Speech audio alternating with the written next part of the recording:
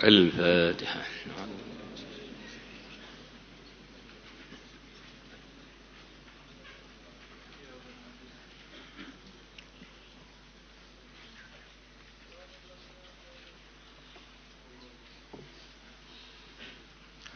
بسم الله الرحمن الرحيم.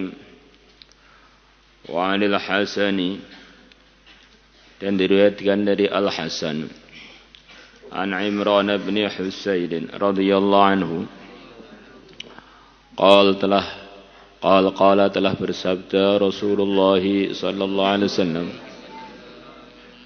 man inqata'a ilallah, barang siapa yang tawajuh total kepada Allah. Inqata'a lillah ini benar-benar dia ini hatinya itu sama sekali tidak ada harapan atau takut kepada selain Allah.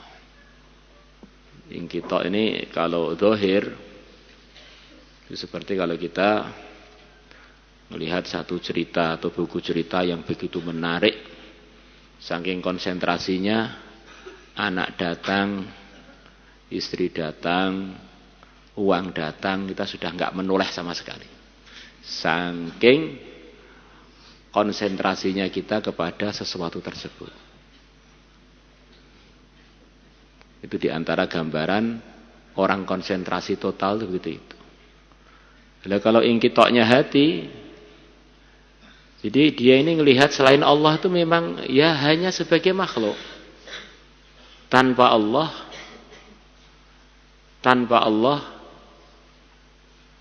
tidak ada. Maka orang yang inqita' ilallah itu ya, inqita' ilallah itu ya memang pertimbangannya semuanya ya Allah. Allah, apa-apa Allah, apa-apa Allah. Seperti ceritanya seorang ulama yang begitu wibawa, dia dicemburui oleh penguasa di negeri Mesir sana. Karena ternyata kekuasaannya Raja Mesir waktu itu kalah jauh dengan Syekh ini. Akhirnya Syekh itu ditangkap tanpa salah, dimasukkan penjara. Kemudian disiapkan singa yang dilaparkan sampai selapar-laparnya, kemudian dimasukkan di ruangan Syekh tadi supaya memakan Syekh tersebut. Maka begitu singa tadi melihat Syekh itu, bukan Syekhnya yang takut, singanya malah takut. Akhirnya singa tadi nunduk-nunduk, mencium telapak kakinya Syekh itu dan menjilatinya. Akhirnya rajanya ketakutan, wah ini orang ini gawat, dilepaskan aja ketimbang saya kualat. Maka murid-muridnya Syekh tadi tanya kepada Syekh, Syekh gimana rasanya hati Tuan atau pikiran Tuan ketika singa tadi menjilat-jilat kaki Tuan? Saya enggak kepikiran singanya, saya kepikiran itu air liurnya singa itu najis apa tidak ya. Ini kalau najis nanti sholat saya bagaimana? Belas enggak mikirkan singa itu bahaya enggak bahaya, belas enggak masuk dalam pertimbangan hati beliau maupun otak beliau maupun analisa beliau. Singa dianggap sereneng saja. Tapi itu air liurnya itu hukumnya gimana ya? Ini orang inqita' ilallah itu begitu, itu diantara sikap hidupnya itu begitu itu. Mau makhluk apa saja yang muji yang ngomel ya biasa aja. Makhluk yang penting saya dengan Allah baik ya sudah. La ilaha illallah. Nabi Ibrahim, malaikat-malaikat datang pengen nolong beliau. Tidak, saya perlunya pada Allah. Saya dengan kamu sama aja, sama-sama makhluknya, nggak bisa apa-apa. Yang kita ilallah itu diantara contohnya pada kehidupan Nabi Ibrahim gitu itu.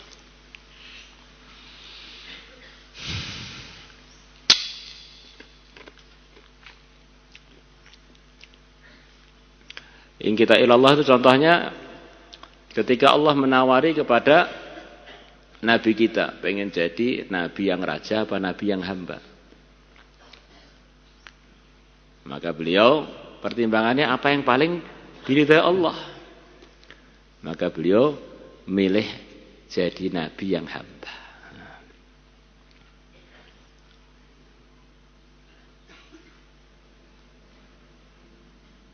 Mana yang paling ridhokan Allah, paling ngerawat agama, itulah yang dipikirkan oleh orang ingkitok ilallah. Beliau ditawari kemana aja beliau pergi, gunung dari emas dan gunung dengan dari perak akan terus nyertai beliau. Kalau perlu perak tinggal dicuilkan dari gunung itu, perlu emas dicuilkan dari gunung itu. Untuk biaya dakwah, untuk biaya taklim, untuk biaya bangun-bangun, untuk biaya seluruh umat, lebih-lebih. Enggak. Beliau pengennya yang paling diridhai Allah ya umat itu kadang-kadang kaya, kadang miskin, kadang-kadang punya duit, kadang-kadang punya duit, tapi yang penting Allah ridho. Nah, orang yang ingin kita kepada Allah ini satu derajat yang seharusnya kita usahakan untuk sampai ke sana. Pertimbangan itu Allah kabeh lah.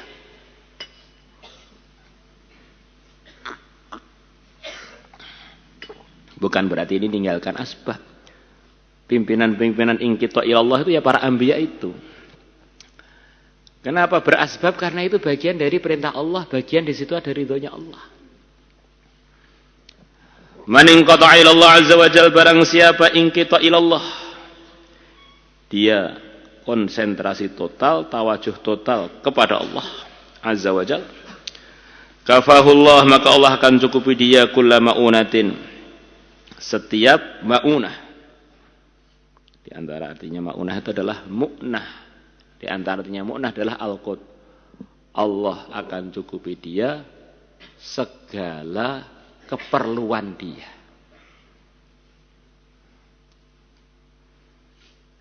Kata sebagian teman, enggak perlu kaya, tapi ingin mobil ya bisa naik mobil. Pengen terbang ya naik kapal terbang. Pengen nikah ya laku. Nah, pengen rumah ya dapat rumah. Apa yang dipingini itu terlaksana semua. Enggak perlu kaya. Berapa banyak orang kaya yang keinginannya enggak terlaksana? Nah, jadi kalau orang ingin kita kepada Allah, Allah akan cukupi dia semua hajat dia.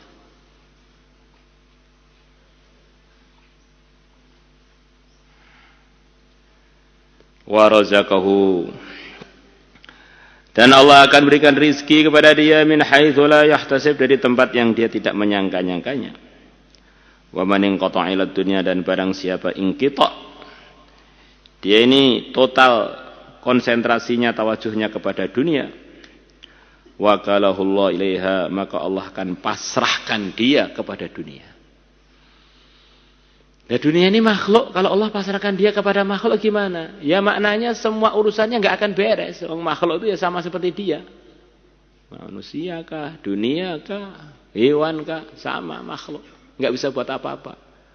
Allah biarkan dia sibuk dengan perkara yang tidak mendatangkan manfaat atau tidak bisa mendatangkan apapun kepada dia dan menolak apapun dari dia. Makhluk yang asalnya Adam. Ya akhirnya ya mumetnya itu nggak karu-karuan itu. Ya akhirnya dari makhluk ke makhluk kan, sudah dipasrahkan ke makhluk, akhirnya dari makhluk ke makhluk. Kalau makhluk ke makhluk akhirnya tidak terjadi solusi, akhirnya mumet. Rawahu Abu Syekh Ibnu Hibban wa isnaduhu hasan. In sahha, kalau benar, sama'ul hasan, mendengarnya Hasan bin Imran dari Imran. Kalau memang benar pernah dengar, ini sahih.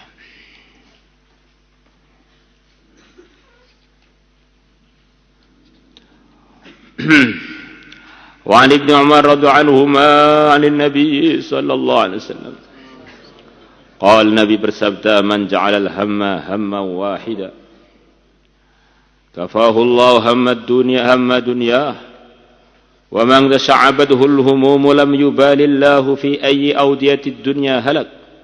Rawahu al-Baihaqi wa Syekh al-Hakim wa qala sahih al-isnad.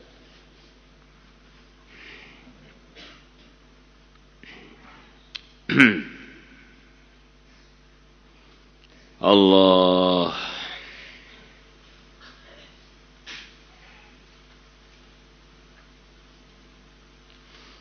Man ja'alal hamma, barang siapa menjadikan kerisauan dia, keprihatinan dia, hamman wahida, satu kerisauan saja.